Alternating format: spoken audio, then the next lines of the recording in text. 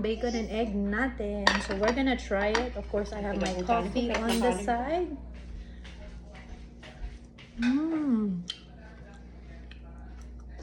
Ang sarap niya. Hindi siya ganun kaalat. At saka yung apple wood, you could taste it. Kain na tayo. Itong usual breakfast namin. Ulam, egg, and rice. Yan. Ay, di ko ba kainin?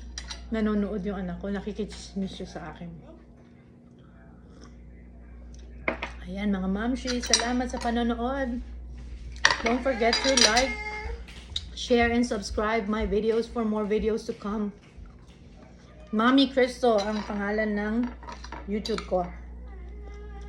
Ang sarap. Ang sarap.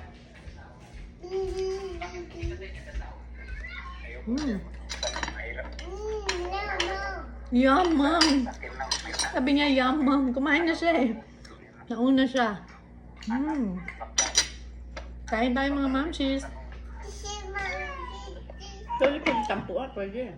Okay, see you guys on my next video. Ingat kayo. Bye!